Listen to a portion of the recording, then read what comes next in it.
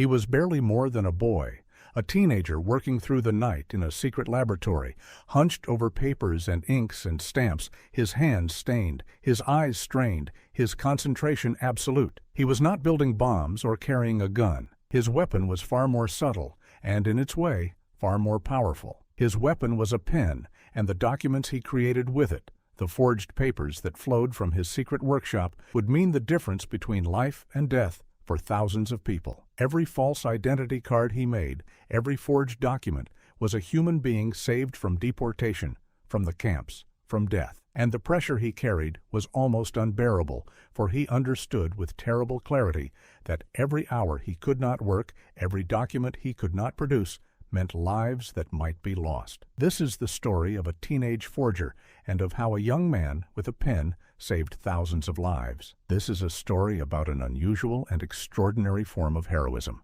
about a young man who fought against evil, not with weapons, but with forged documents, who saved lives through skill and dedication rather than through force of arms. It is a story about the immense power of a particular skill applied with courage and dedication in the service of a noble cause. And it is a story about the crushing weight of responsibility, about a young man who understood that the lives of thousands depended on his work and who labored under that knowledge with a dedication that bordered on the superhuman.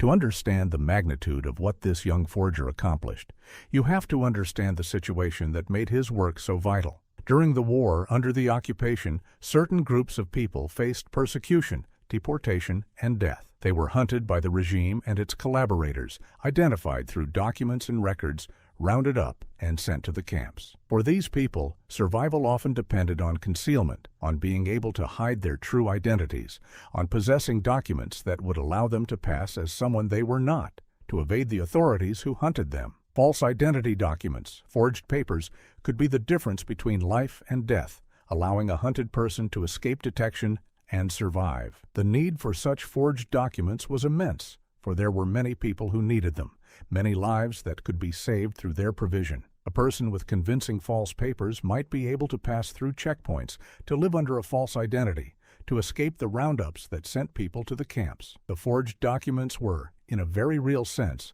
tools of survival, instruments that could save lives by allowing hunted people to evade their persecutors. And so the work of producing these documents, of forging the papers that could save lives, became a vital part of the effort to protect those who were persecuted. This work required exceptional skill, for the forged documents had to be convincing, had to pass inspection, had to fool the authorities who examined them. Creating such documents was a demanding craft, requiring expertise in the techniques of forgery, the ability to replicate official documents convincingly, to reproduce the stamps and seals and other features that made documents appear genuine. A poorly made forgery could be detected, exposing the person who carried it and those who made it. The work demanded a high level of skill, a mastery of the craft of forgery, to produce documents that would reliably pass inspection and serve their life-saving purpose. Now, we should be honest about the history here, because the story of a young forger who produced false documents to save lives during the war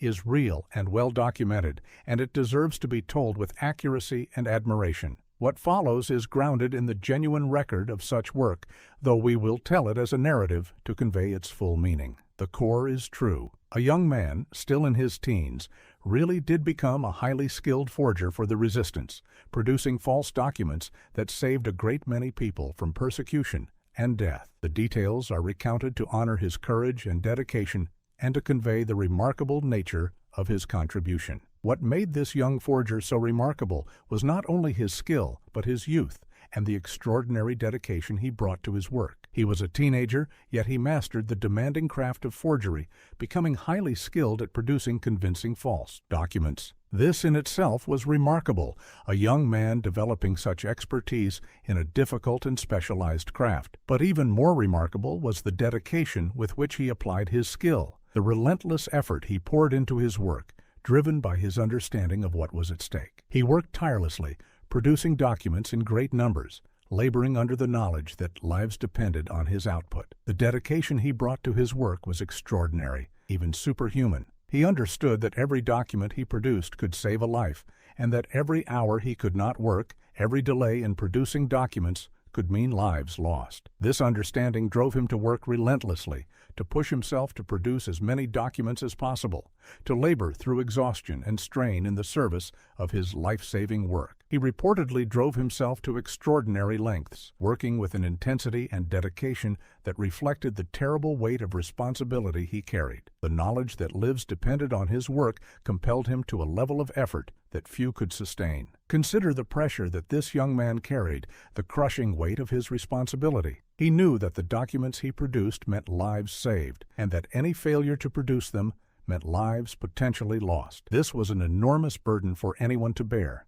let alone a teenager. The lives of thousands depended in part on his work, on his skill, and his dedication, and his tireless effort. He could not rest, could not relax, could not allow himself to slow down, for he understood that to do so would be to condemn people to death who might otherwise be saved. The weight of this responsibility, carried by one so young, is almost impossible to comprehend. There is a famous and haunting reflection associated with this kind of work that captures the terrible pressure these forgers carried. The young forger understood with awful clarity the relationship between his work and human lives. He reportedly grasped that, in a given period of time, he could produce a certain number of documents, and that each of those documents represented a life that might be saved. And this meant that any time he was not working, any hour he slept or rested, translated into documents not produced, and therefore into lives that might be lost. This terrible calculus, this direct relationship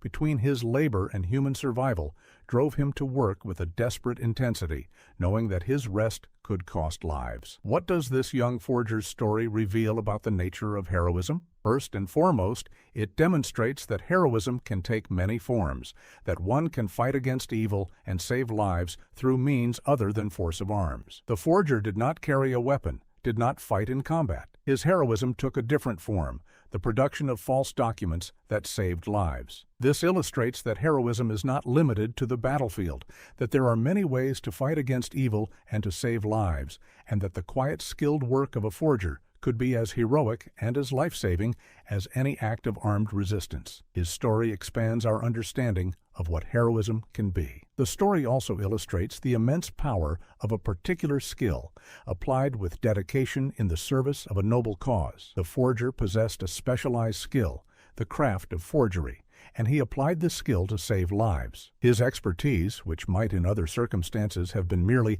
a technical ability, became in this context a powerful instrument for good, a means of saving thousands from persecution and death. This illustrates how a skill applied with dedication and directed toward a noble purpose can have an enormous impact, can become a powerful force for good. The forger's skill in the service of saving lives was a powerful weapon against evil. Consider, too, what this story reveals about the weight of responsibility and the dedication it can inspire. The forger carried an enormous responsibility, understanding that lives depended on his work, and this responsibility inspired in him an extraordinary dedication, driving him to work with a relentless intensity in the service of his life-saving mission. This illustrates the way that a profound sense of responsibility can inspire extraordinary effort, can drive people to push themselves beyond ordinary limits in the service of a vital cause. The forger's dedication, inspired by his sense of responsibility for the lives that depended on him,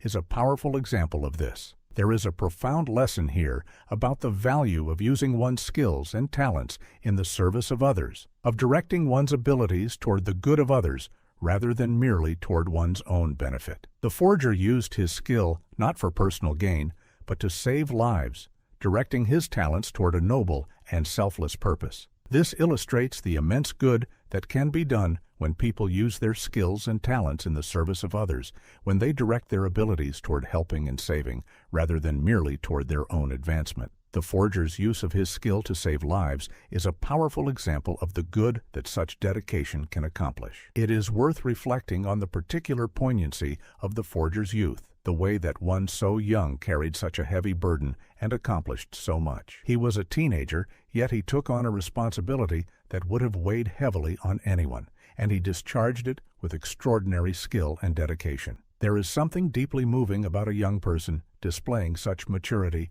such dedication, such willingness to bear a crushing burden in the service of others. His youth makes his accomplishment all the more remarkable, a testament to the capabilities and the moral seriousness that the young can possess. The forger's story is an inspiring example of youthful heroism and dedication. Consider as well the courage that the forger's work required, beyond the skill and dedication. Forgery in the service of the resistance was dangerous work, carrying the risk of discovery, arrest, and death. The forger, in carrying out his work, took on these risks, laboring in secret under the constant threat of discovery. His willingness to take on this dangerous work, to risk his life in the service of saving others, reflected a profound courage. He was not safe in his secret workshop, but always in danger, and yet he continued his vital work despite the risks. His courage, like his skill and his dedication, was an essential part of his heroism. The story of the teenage forger stands as a powerful testament to an unusual